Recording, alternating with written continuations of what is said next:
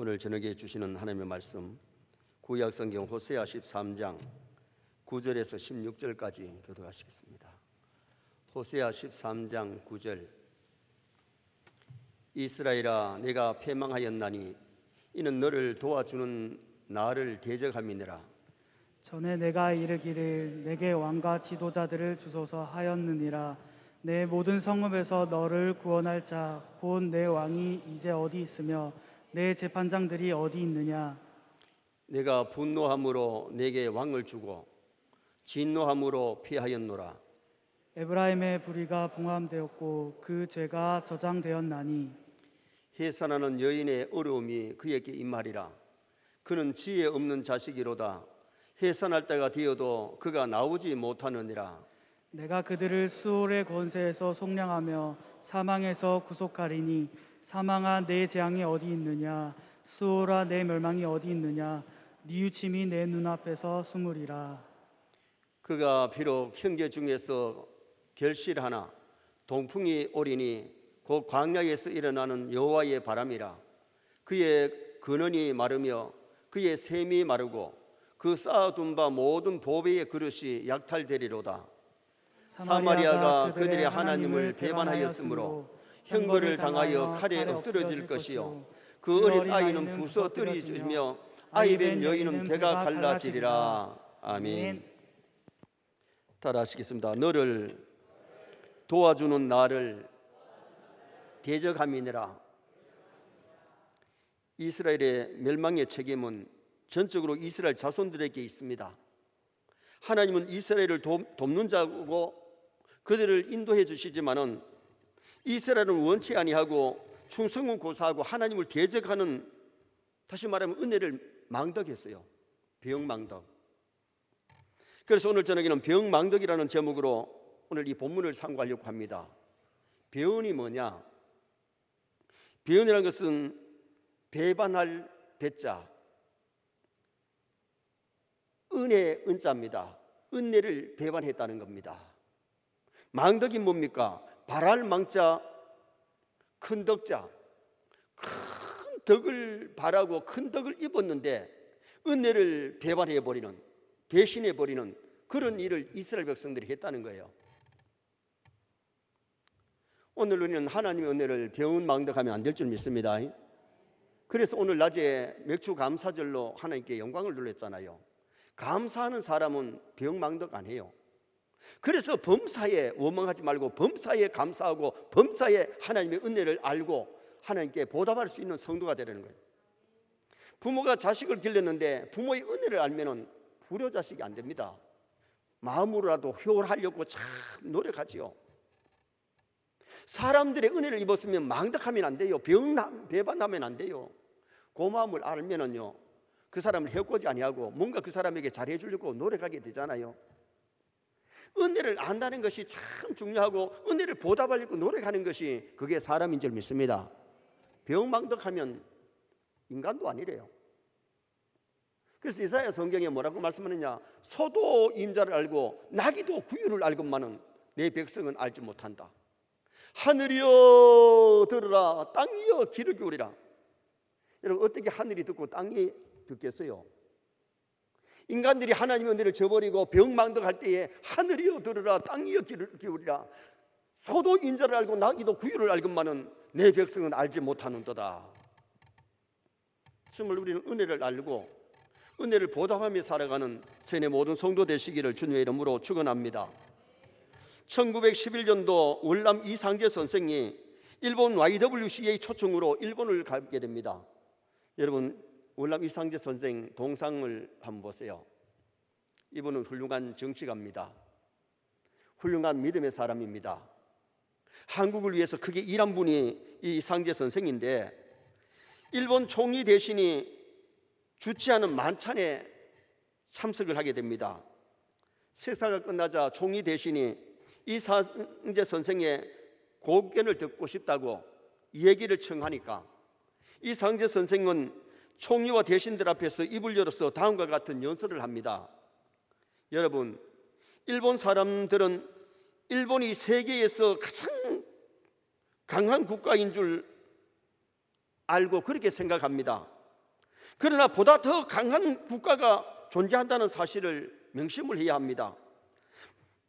만약에 그 나라의 임금까지 노하시면 일본의 육해군은 눈 깜짝할 사이에 멸망할 겁니다. 그러나 그 임금을 기쁘시게 하면 일본은 위대한 국가가 될 수 있을 것입니다. 그 임금은 하늘에 계신 임금입니다. 일본은 일본 천황을 높이고 임금의 말이라면 껌뻑 죽다시피 하니까 이상제 선생이 하늘의 임금을 거역하면 여러분은 멸망한다. 하늘의 임금을 갖다가 따르면 여러분의 나라가 잘 될 것이라 그렇게 연설을 했어요. 이상제 선생의 경고를 불구하고 일본은 자신들의 힘만 믿고 교만하다가 결국은 히로시마 원폭제 세례를 받고 나서 전쟁은 피하고 말았던 겁니다. 지금도 일본은 하늘의 임금인 하나님을 높이지 아니하고 수많은 귀신 우상들을 섬기는 나라가 일본입니다. 자신들의 지은 죄를 회개하기보다는 지금도 부인하고 자꾸 덮으려고만 하고 있잖아요.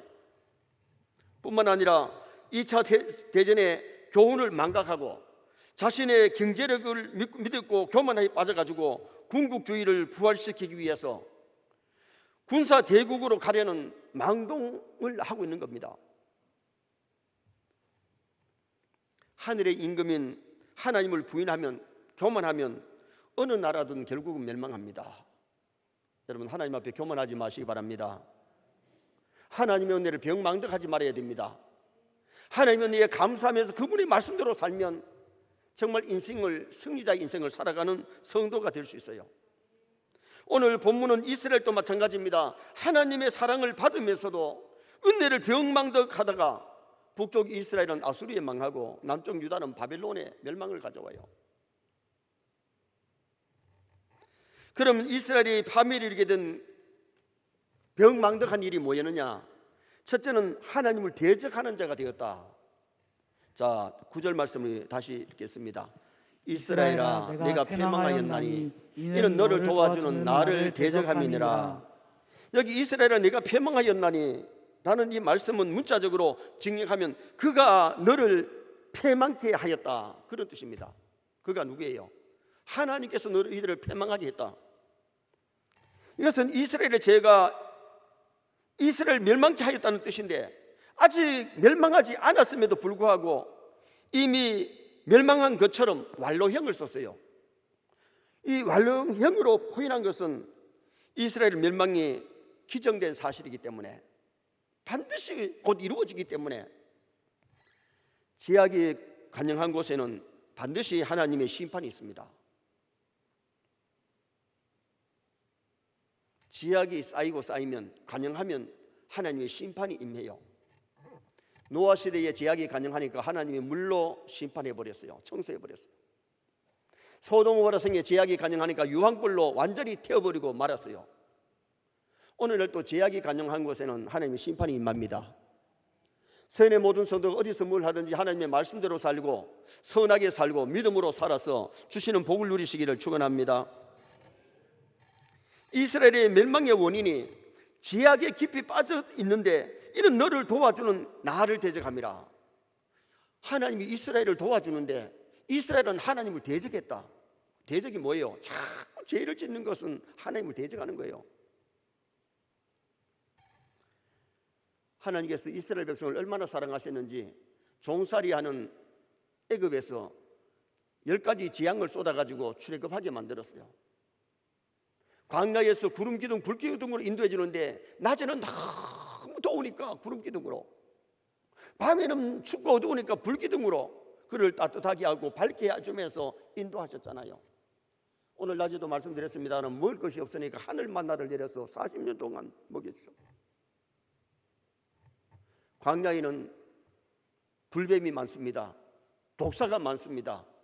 그 광야에서도 하나님이 그들을 보호해 주시고 지켜주셨어요. 요단강을 건너서 가나안 땅에 정착하게 하시는데 7족을 몰아내고 가나안 땅에 살게 하신 것이 하나님의 은혜입니다. 그런데 그들이 하나님 우리를 종살이는 애굽에서 출애굽한 것 감사하고 홍해를 갈라주신 것 감사하고 구름기둥 불기둥으로 인도해 주심이 감사하고 만나와 메추라기를 주신 것이 감사하고 홍해를 요단을 건너서 가나안 땅에 칠족을 몰아내고 우리가 이렇게 잘 살게 하신 것이 하나님의 은혜라 생각했으면 그들이 하나님을 대적하지 않았죠. 하나님의 은혜를 망각해 버리니까 하나님을 노엽게 하고 죄짓고 하나님을 대적하는, 하나님 앞에 대드는 그런 짓을 하고 말았다는 겁니다. 먹고 살만하면 얼마나 하나님 은혜인 줄 알아야 되는데 살만할 때에 우상성기고 하나님하고 멀어졌잖아요.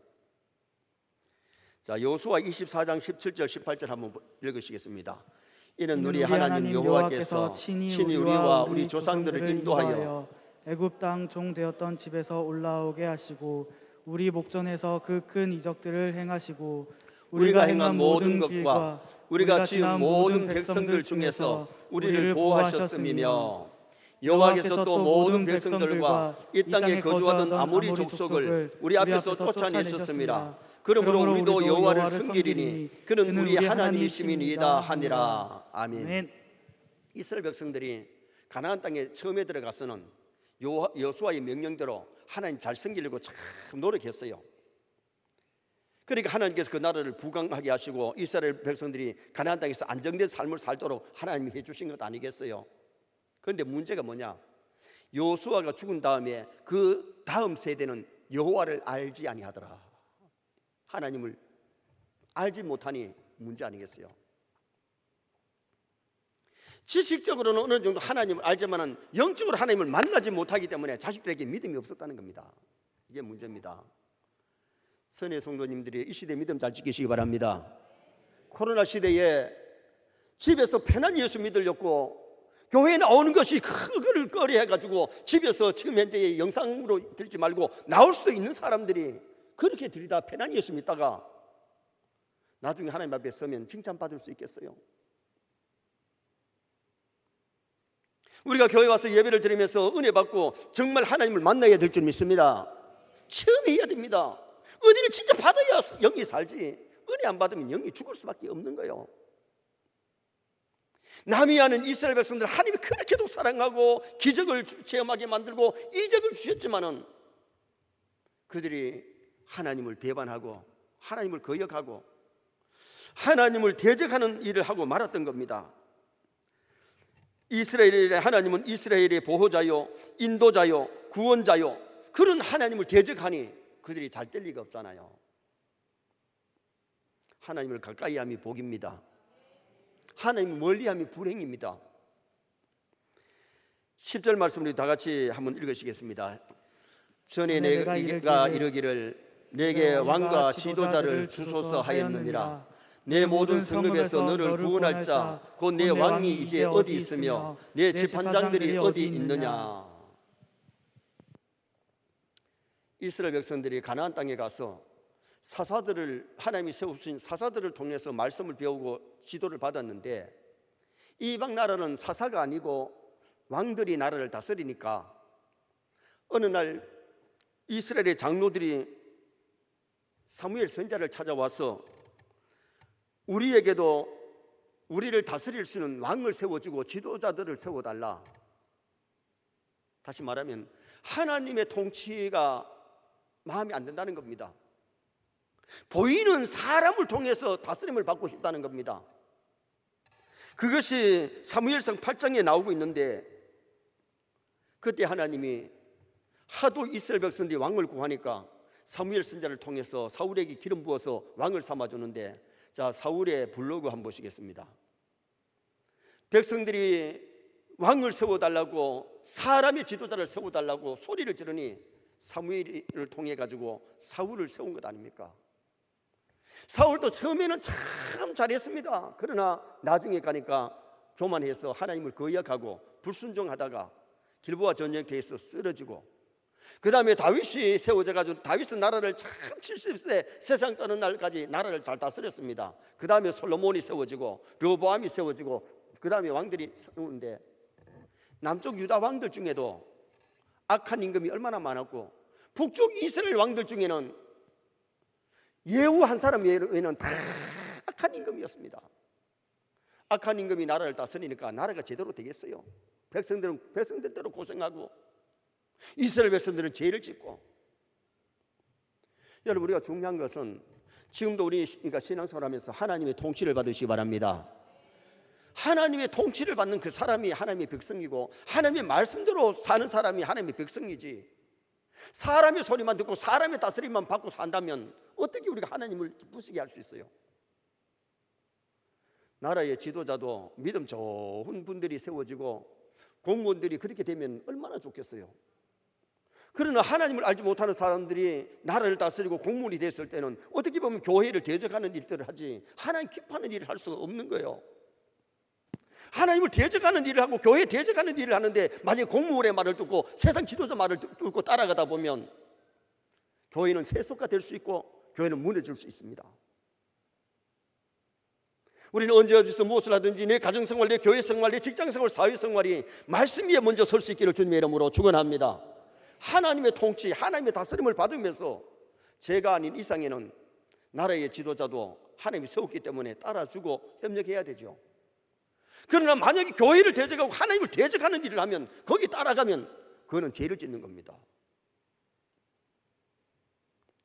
11절 말씀 우리 한번 읽으시겠습니다. 11절 말씀.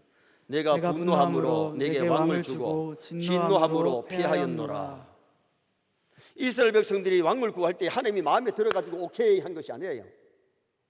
그들이 하나님을 거역하고 하나님을 배반하고 왕을 세워달라고 할 때에 하나님이 그 억지 소리를 듣고 하나님께서 그냥 허락해 주세요. 오늘 그 말씀이 그 말씀이에요.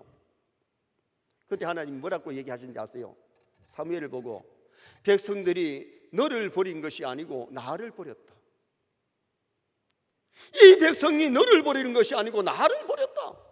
하나님의 통치를 싫어하고 사람의 다스림을 받으려고 그들이 하나님을 대적하니 이게 이스라엘 백성이 잘 될 일이 없잖아요. 신앙생활은 하나님 제일주의가 되어야 됩니다. 사람 말을 따라가는 것이 아니라 먼저 하나님의 말씀을 따라야 됩니다. 그래서 우리가 믿음으로 승리할 수 있는 성도가 되도록 무단히 애를 쓰고 노력해야 돼요. 신앙은 하나님을 신뢰하는 겁니다. 하나님을 의지하는 겁니다. 하나님의 통치를 받는 것입니다. 그래서 우리는 하나님의 통치를 받으면서 하나님의 나라를 이루어갈 수 있는 그런 우리가 되도록 몸부림치고 노력해야 됩니다. 두 번째로 이스라엘 백성의 망덕은 이스라엘 죄가 저장이 됐다. 이스라엘 백성의 죄가 쌓아졌다는 겁니다. 자, 12절 말씀 한번 읽으시겠습니다. 에브라임의 불의가 봉합되었고 그 죄가 저장되었나니. 불의가 봉합이 쌓아가지고 봉안이 됐다 그 말이거든요. 불의와 죄가 나오는데 불의란 도덕적으로 계명을 어기는 것, 불법과 불의를 의미하고 죄라는 것은 습관적으로 죄를 짓는 것을 의미하고 있어요. 자, 사무엘상 3장 14절 말씀 함께 읽겠습니다.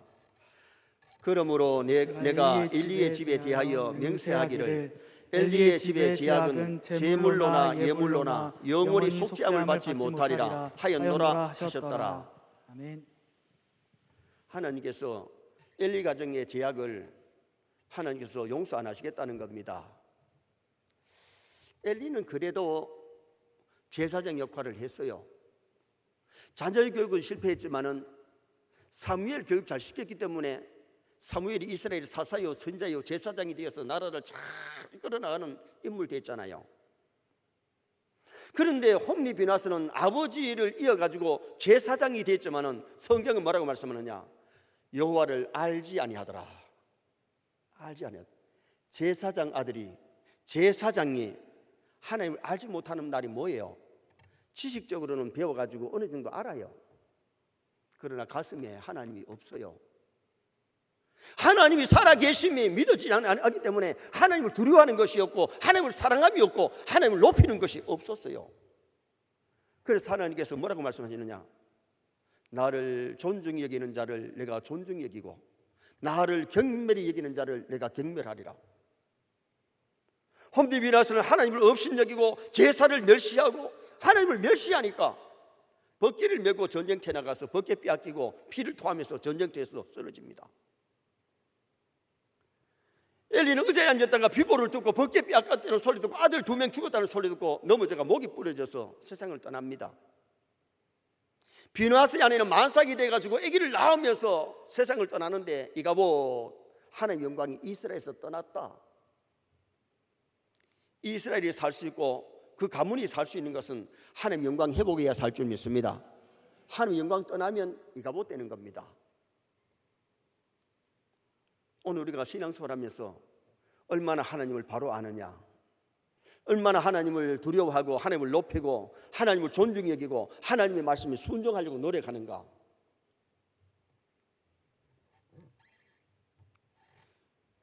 회개가 안 되니까 회개를 못하는 거예요. 속죄함을 받을 수 없다는 거예요. 그럼 우리가 무슨 죄를 지었든지 회개만 하면 용서받습니다. 회개가 안 되면 이게 참 문제입니다. 죄인 줄도 알고 죄 짓다는 것도 아는데 회개를 전혀 못하면 불행한 사람이 되는 거예요. 사울이 처음에는 순종 잘했던 사람이 하나님을 거역하잖아요. 무당 찾아가서 푸닥거리 하잖아요. 점을 치고 있잖아요. 하나님께 물어보지 않고 무당에게 귀신에게 묻는 겁니다. 전쟁터에 나가서 화살에 맞고 피를 철철 흘리다가 칼을 베게 되고 자결하잖아요. 여러분, 자살은 성령의 역사가 아니고 그건 사탄의 역사입니다. 하늘이 무너질 같은 일이 있어도 성도는 자살하면 안 됩니다. 막다른 길 택하면 안 돼요. 정신 차리고 기도하면 살 길이 생겨요. 그런데 그렇게 함으로 결국은 사울은 지옥 백성이 되었지 천국 백성은 못 됐어요. 우리 신앙생활 잘 하셔야 됩니다. 정말 정신 차리셔야 됩니다. 말세에 세속에 물들지 아니하고 정말 구별되게 성도답게 살려면 정말 하나님을 만나고 하나님의 은혜를 깨닫고 감사하면서 순종하면서 충성하면서 믿음으로 살아가는 그런 복된 성도 되시기를 주님의 이름으로 축원합니다. 여기 봉함되었다는 말은 저장되었다는 이 뜻은 간수하기 위해서 단단히 묶어두었다, 잃어버리지 않고 보관을 했다, 그런 의미예요. 여러분, 하나님께서 사랑하는 성도가 충성하고 봉사하고 아름다운 선한 일을 하면 그것도 하나님이 쌓으셨다가 때가 되면 상 주시고 복 주실 줄 믿습니다. 악을 행하고 죄를 지었을 때도 봉함하여 두었다가 쌓이면 때가 되면 하나님께서는 반드시 징계하시는, 심판하시는 역사가 일어나게 되는 겁니다. 이스라엘이 하나님과 멀어지니까 죄와 가까워지게 되었지요. 말씀과 가까이 하면 하나님 가까이 하게 되고 불의와 가까이 하게 되면 마귀를 가까이 하게 되는 거예요. 여러분, 말씀을 가까이 하면 상급이 올 줄 믿습니다. 불의와 죄악을 가까이 하면 심판이 올 수밖에 없습니다. 1, 2가정에 죄가 쌓이니까 이가봇 역사가 일어났습니다. 우리는 죄가 쌓이지 않도록 죄 짓지 말아야 되고 죄를 지었을 때는 빨리 회개하고 지워버리시기 바랍니다. 회개하면 동이 서 있어 먼 것처럼 우리의 죄가를 완전히 씻어버리고 멀리 해주시는 하나님이십니다. 자, 13절 말씀 또 한번 읽으시겠습니다. 해산하는 여인의 어려움이 그에게 임말이라. 그는 지혜 없는 자식이로다. 해산할 때가 되어도 그가 나오지 못하느니라. 여러분, 산모가 해산할 시간이 되면 뱃속에 아기가 밖으로 자꾸 나와야 됩니다. 아이는 나오려고 노력을 하고 산모가 힘을 줘가지고 아이가 탄생되는데 아이가 나올 생각을 안 합니다. 나오질 않습니다. 산모가 아무리 힘을 줘도 아이가 나오지 아니하면 산모가 얼마나 고생하겠어요. 그래서 아기를 낳다가 죽는 사람들이 많잖아요. 요새는 병원에 가가지고 골반이 안 열리거나 아이가 정상적으로 분만이 어려우면 수술해가지고 아이를 낳잖아요. 옛날에는 해산하러 방에 들어가면서 자기 고무신을 이렇게 본다 그러잖아요. 내가 다시 저 고무신 신을 수 있는지 없는지. 이스라엘 백성들 지금 현재의 문제가 뭐냐? 심판이 임박해 오는데 이스라엘의 죄를 회개할 생각을 안 한다는 겁니다. 해산할 시간이 되면 아이가 나오려고 아이도 노력해야 되고 산모가 힘을 줘야 되는데 죄가 간영했으면 회개를 해야 되는데 회개할 생각을 하지 아니하니까 하나님의 진노가 임할 수밖에 없는 거죠.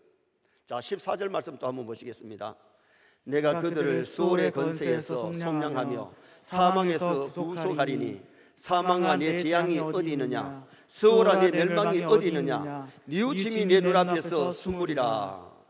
사망아 내 재앙이 어디 있느냐? 스올아 내 재앙이 어디 있느냐? 사망은 죽음 아닙니까? 스올은 무덤 아닙니까? 죽어서 멸망할 수밖에 없는데 그들이 회개하며 사는데 지금 회개를 거부하고 회개하지 아니하는 모습이에요. 참 우리 하나님께 감사해야 될 것은요, 어떤 죄를 지었든지 참으로 뉘우치고 회개하면 용서해 주시는 하나님, 자비로우신 하나님, 긍휼의 하나님이십니다. 둘째 아들이 아버지의 재산 가지고서 다 허락방하고 돌아왔는데도 미안해서 아버지, 이제는 아버지 자식이라고 하지 말고 나를 노예처럼 하나로 써주시기 바랍니다. 그래, 놈 자식 그래도 어느 정도 아는구나, 노예해라. 그러지 않았어요. 새 신발을 신겨주고 반지를 끼워주는 것은 아들짜리 회복시켜줍니다. 뉘우치고 회개하고 돌아오면 하나님은 아들짜리를 회복해 주시고 하늘의 영광을 맛보게 하시는 하나님이세요. 그러나 죄를 지어놓고도 끝까지 회개하지 아니하고 고집하면 하나님이 택한 백성이라면 징계해서라도 끌고 갈 것이고, 만약에 택한 백성이 아니면 그냥 버려두고 말 것입니다. 궁극적으로 사망과 음부의 권세에서 이스라엘 백성들을 회복하신다는 이 의미가 오늘 본문의 내용인데, 결국은 수월에 죽음이 눈앞에 왔는데 그들이 죽도록 하나님 두시는 거예요. 심판을 하시는 거예요. 그러나 그 영혼들을 새롭게 하셔서 회개하게 하셔서 영혼을 살리게 주시겠다는 의미가 오늘 이 14절의 말씀이에요. 이스라엘의 죄가 저장되었다. 우리는 죄를 저장하지 맙시다. 다시 말하면 죄와 싸워 이기시기 바랍니다. 인간이 약해서 죄를 지었을 때는 빨리 회개하고 그 죄를 지워버려야지. 죄가 자꾸 쌓이면은 결국은 어느 날 하나님의 징계의 매가, 심판의 매가 임할 수밖에 없어요. 이스라엘의 병망덕은 하나님을 대적했고, 그 두 번째는 이스라엘의 죄가 저장이 되었다. 마지막 세 번째로 이스라엘 백성의 망덕은 쌓아둔 것이 약탈을 당하게 된다. 쌓아둔 것이 약탈을 당하게 된다. 자, 15절 말씀 읽겠습니다.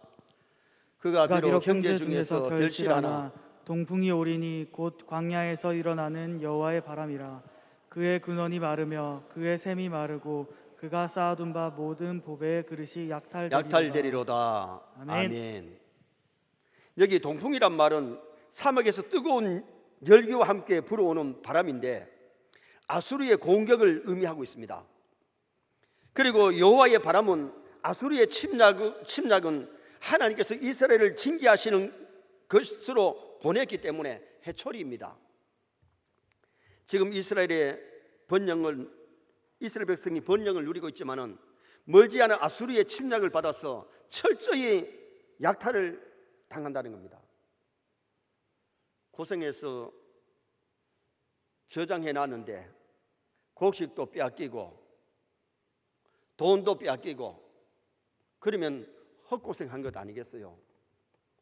선의 성도들은 말씀대로 살아서 하나님 주신 부를 누릴 수 있기를 바랍니다.